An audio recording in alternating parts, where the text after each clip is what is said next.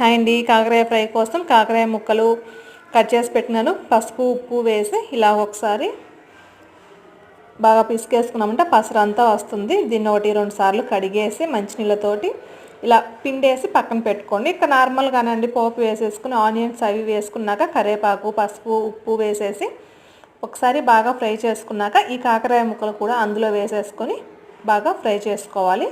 ఈ ఫ్రై అయ్యేలోపు మనం ఏం చేద్దాం చెప్పండి. మంచిగా మనం కొబ్బరి కారం వేసుకుంటాం కదా, అలా కాకుండా ఇందులో పచ్చి కొబ్బరి, వెల్లుల్లి, నెక్స్ట్ వచ్చేసి కారం, ఇవి 3 మిక్సీ వేసి పక్కన పెట్టుకోండి.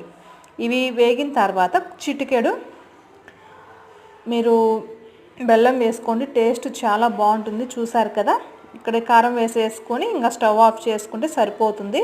ఇక్కడ నా లంచ్కి అయితే ఇంకా ఇదే అండి, సామ బియ్యం